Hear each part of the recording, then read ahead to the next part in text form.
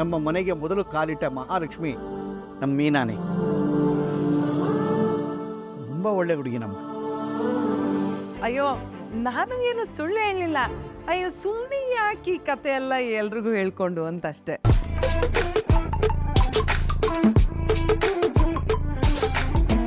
ವಸಂತ ಅದೇನಾಯ್ತು ಗೊತ್ತಾ, ನಮ್ಮವ್ರು ಓಡಿಸಿದ ಟ್ರೈನ್ ಇದೆಯಲ್ಲ, ಟ್ರೈನು ಅದಕ್ಕೆ ಒಬ್ಬ ವೇಸ್ಟ್ ಬಾಡಿ ಅಡ್ಡ ಬಂದು ನೆಗೆದು ಬಿದ್ದೋದ ಕಡೆ.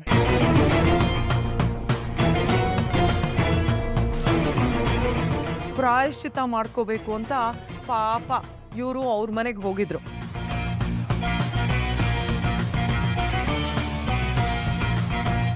ಸಿಕ್ಕಿದ್ದೆ ಚಾನ್ಸು ಅಂತ ಇವ್ರ ಮನೆಯವರು ನಮ್ಮ ಮನೆಯವ್ರನ್ನ ಹೆದರ್ಸಿ ಬೆದರ್ಸಿ ಇವಳನ್ನ ನಮ್ಮ ಮಗನ ಕೊಟ್ಟು ಮದುವೆ ಮಾಡಿಸ್ಬಿಟ್ರು.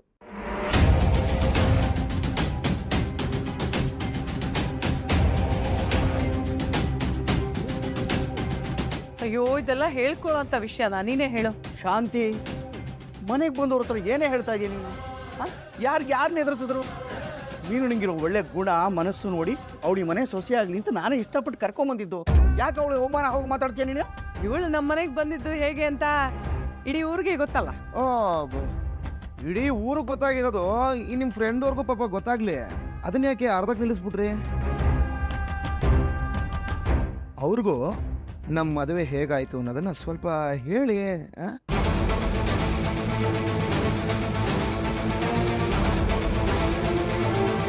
ಯಾವ ಪರಿಸ್ಥಿತಿಲಿ ಆಯ್ತು ಅನ್ನೋದನ್ನು ಹೇಳಿ. ಇವಳಿಗೆ ಮೊದಲು ಯಾರ ನೋಡಿದ್ದು ಅನ್ನೋದನ್ನು ಹೇಳಿ. ಸೂರ್ಯ ಸ್ವಲ್ಪ ಸುಮ್ಮನಿರಪ್ಪ. ಇಲ್ಲ, ಅವ್ರಿಗೆ ಗೊತ್ತಾಗಬೇಕು. ಈ ಮನೇಲಿರೋ ರನ್ನಿಂಗ್ ರೇಸ್ ಚಾಂಪಿಯನ್ ಬಗ್ಗೆ ಅವ್ರಿಗೆ ಗೊತ್ತಾಗ್ಲೇಬೇಕು. ಶಾಂತಿ, ನಿನ್ ಮಗ ಏನ್ ಹೇಳ್ತಿದ್ದಾನೆ? ಆಂಟಿ, ನಾನು ನಮ್ಮ ನನ್ನ ಬಗ್ಗೆ ಹೇಳ್ತಾ ಇದ್ದೀನಿ. ಅವನು ದೊಡ್ಡ ರನ್ನಿಂಗ್ ರೇಸ್ ಚಾಂಪಿಯನ್. ಅವ್ನ ಕಣ್ಣಿದ್ರಿಗೆ ಏನಾದರೂ ದುಡ್ಡು ಇಟ್ಬಿಟ್ರೆ ಸಾಕು, ಎತ್ಕೊಂಡು ಓಡ್ತಾ ಇರ್ತಾನೆ. ಓಡ್ದವನು ಕಾಶ್ಮೀರ ತಂಗ ಓಡ್ತಾ ಇರ್ತಾನೆ ನಾನ್ ಸ್ಟಾಪು. ಅಯ್ಯೋ ಸ್ವಲ್ಪ ಸುಮ್ಮನಿರ್ತೀಯಾ? ಯಾಕಪ್ಪ ಸೂರ್ಯ ಬೇಡದೇ ಇರೋದೆಲ್ಲ ಮಾತಾಡ್ತಿದ್ಯಾ? ಇದೇನಿದು ಗಾಡಿ ರಿವರ್ಸ್ ಗೇರಲ್ಲಿ ಹೋಗ್ತಾ ಇದೆ. ಶಾಂತಿ, ಹಾಗಾದ್ರೆ ಈ ಮದ್ವೆನ ಪಶ್ಚಾತ್ತಾಪಕ್ಕೋಸ್ಕರ ನೀವೇ ಮಾಡಿದ್ದಾ? ಎದುರಿಸಿ ಮದುವೆ ಆಗಿದ್ದು ಅಂತ ಅವರೇ ಹೇಳ್ತಿದ್ರಲ್ಲ ವಸಂತ. ಏನ್ ಸಾರ್ ನೀವು ಇಷ್ಟಕ್ಕೆ ಎದ್ರುಕೊಂಡು ನಿಮ್ಮ ಮಗನ್ ಮದುವೆ ಮಾಡ್ಕೊಟ್ಬಿಟ್ರ? ಈ ಹಳ್ಳಿ ಜನಕ್ಕೆ ಸ್ವಲ್ಪನೂ ಬುದ್ಧಿ ಇಲ್ಲ ನೋಡು.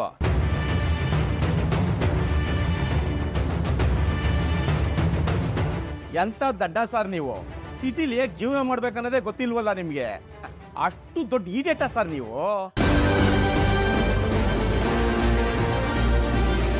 ನೀನ್ ನೋಡಿದ್ರೆ ಇವ್ರು ದೊಡ್ಡ ರವಿಚಂದ್ರನ್ ತರ ಅಂದೆ. ಒಳ್ಳೆ ಪೆಕ್ರ ಇದ್ದಂಗಿದ್ದಾರೆ.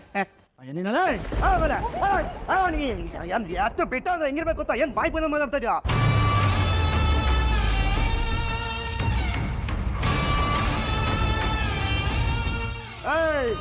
ನಾಲ್ಗೆಗೆ ಮೂಳೆ ನದಿರಲ್ಲ, ಆದ್ರೆ ಮಾತಿನ ಮೇಲೆ ಹಿಡ್ತಾ ಇರ್ಬೇಕು. ಯಾತು ಬಿಟ್ಟ ಅಂದ್ರೆ ನಿಮ್ಮ ಅಜ್ಜಿನ.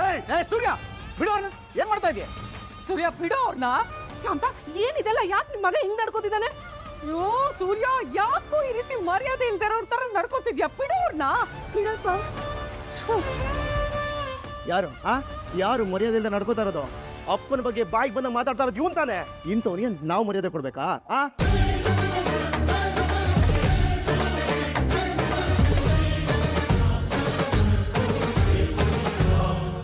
ನಾನು ಹೋಗ್ಲಿ ಪಾಪ ಅಂತ ನೋಡ್ದೆ. ಏನ್ ಓವರ ಮಾತಾಡ್ತಾ ಇದ್ಯಾ? ಬಿಡು ಅವ್ರನ್ನ, ಬಿಡು. ನೋಡ್ದ ವಸಂತ, ಅದಕ್ಕೆ ಹೇಳಿದ್ದು ಇಂಥ ಮಿಲಿಕ್ರ ಸಂಬಂಧ ನಮ್ಗೆ ಹೊಂದಾಣಿಕೆ ಆಗಲ್ಲ ಅಂತ. ನೋಡುವಾಗ ಏನಾಗ್ತಿದೆ ಅಂತ. ಏನೋ ನಾ ಮಿಡಲ್ ಕ್ಲಾಸ್ ಅವರ. ನೀನೇನು ದುಬೈನಲ್ಲಿ ದೊಡ್ಡ ಬಿಸ್ನೆಸ್ ಮನ್ನ? ಹೌದೌದು. ನಿಮ್ಮ ಮನೆ ಹಾಲು ಅಮೆರಿಕನಲ್ಲಿ, ರೂಮು ಅಂಟಾರ್ಟಿಕಾನಲ್ಲಿ, ಬೊಚ್ಚಿನ ಮನೆ ಆಫ್ರಿಕಾನಲ್ಲಿ ಅಲ್ವಾ? ತೆಗೆದು ಒಂದು ಬಿಟ್ಟ ಅಂತಂದ್ರೆ ಹೋಟೆಲ್ ಬಜ್ಜಿ ಎಲ್ಲ ನಿಮ್ಮ ಅಜ್ಜಿನ ಕೂಡ ಆಚೆ ಬರ್ಬೇಕು. ನೋಡ್ತ್ಯಾ ಬಿಟ್ಟ. ಸೂರ್ಯ, ಏನೇ ಆದ್ರೂ ಮನೆಗೆ ಬಂದವ್ರ ಜೊತೆ ಈಗೆಲ್ಲ ನಡ್ಕೋಬಾರ್ದಪ್ಪ. ಬಿಡು ಅವ್ರನ್ನ, ಬಿಡು. ಬಾಬಾ, ಇದು ನಿಮ್ಮ ಒಳ್ಳೆತನ. ಇನ್ನೊಬ್ರು ಮನೆಗ್ ಬಂದಿದ್ದೀನಿ ಅಂತ ಯೋಚನೆ ಮಾಡ್ದೆ ಆ ಮನೆ ಯಜಮಾನನ್ ಬಗ್ಗೆ ಬಾಯ್ಗೆ ಬಂದಂಗ್ ಮಾತಾಡ್ತಿದ್ದಾರೆ. ನಮ್ ತಂದೆ ಒಳ್ಳೆಯವರು ಒಂದು ಮಾತ್ರಕ್ಕೆ ಸಿಟಿಲಿ ಜೀವನ ಮಾಡೋದೇ ಗೊತ್ತಿಲ್ಲ. ಇಡಿಯಟ್ ಅಂತೀರಲ್ಲ.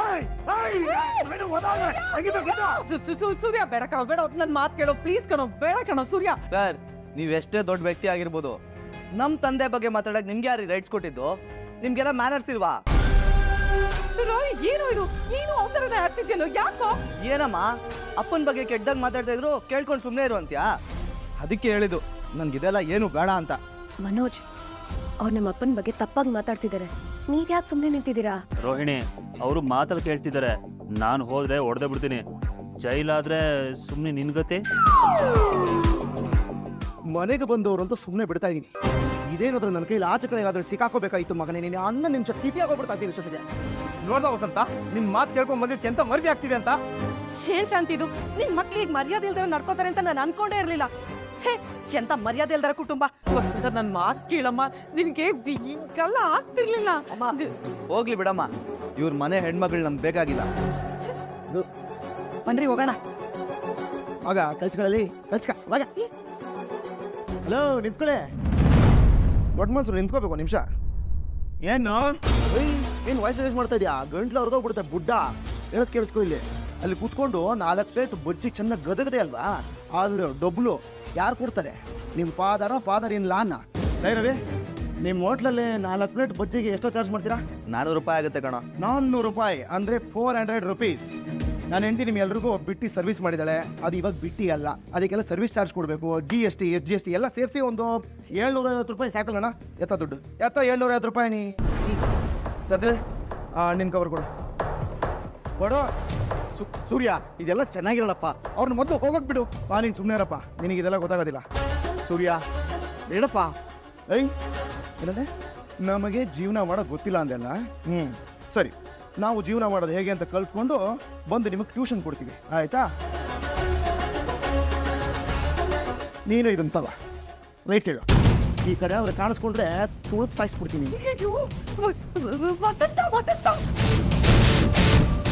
ವಸಂತ ಅಯ್ಯೋ ನನ್ನ ಮಾತು ಕೇಳೆ. ನೋಡು, ನನ್ನ ಮಕ್ಳೇನೋ ಬುದ್ಧಿಯಿಂದ ಏನೇನೋ ಮಾತಾಡ್ಬಿಟ್ರು. ನಮ್ಮ ಮನ್ಸಲ್ಲಿ ಇಟ್ಕೋಬೇಡ ಅಂತ ಹೇಳೋರ್ಗೆ. ವಸಂತ ಸ್ವಲ್ಪ ಅಡ್ಜಸ್ಟ್ ಮಾಡ್ಕೊಳಕ್ ಹೇಳೆ. ಏನ್ ಅಡ್ಜಸ್ಟ್ ಮಾಡ್ಕೊಳ್ಳೋದು? ನೋಡಿದ್ರಲ್ಲ ಇವ್ರ ಮಗ ಹೇಗ್ ಮಾತಾಡಿದ್ರು ಅಂತ.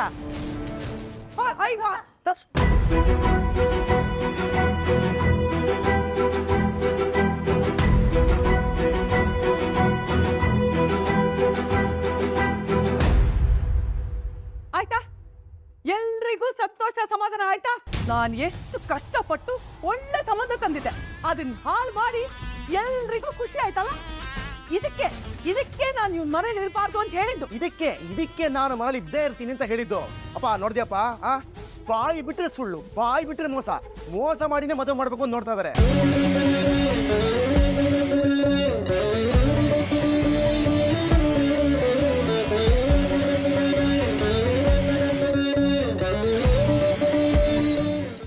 ಕಾಳಿದಾಸ, ಇಷ್ಟು ದಿನ ಫ್ರೆಂಡ್ಸ್ ಆಗಿದ್ವಿ, ಇನ್ನು ಮುಂದೆ ಸಂಬಂಧಿಕರಾಗ್ತಾ ಇದ್ದೀವಿ. ನನಗಂತೂ ತುಂಬ ಸಂತೋಷ ಆಗ್ತಾ ಇದೆ. ನನ್ನ ಮಗಳನ್ನ ನಿನ್ನ ಮನೆಗೆ ಸೊಸೆ ಹಾಕ್ಕೊಡೋದಕ್ಕೆ ನಮ್ಮ ಸಂಪೂರ್ಣ ಒಪ್ಪಿಗೆ ಇದೆ. ವಾಸು, ನಿನ್ನ ಮಗಳನ್ನ ನನ್ನ ಮನೆಗೆ ಸೊಸೆಯಾಗಿ ತಂದ್ಕೊಡೋದಕ್ಕೆ ನಮಗೂ ಸಂಪೂರ್ಣ ಒಪ್ಪಿಗೆ ಇದೆ. ತಾಂಬೂಲ ಬದಲಾಯಿಸ್ಕೊಳ್ಳೋಣ. ಖಂಡಿತವಾಗಿ. Hi, in the beautiful moment ನ ಕ್ಯಾಪ್ಚರ್ ಮಾಡಬೇಕು. ನಾನು ಸೆಲ್ಫಿ ತಗೊಳ್ತೀನಿ. Smile smile smile. ಚಪ್ಪಾಳೆ ಹೊಡಿರೋ.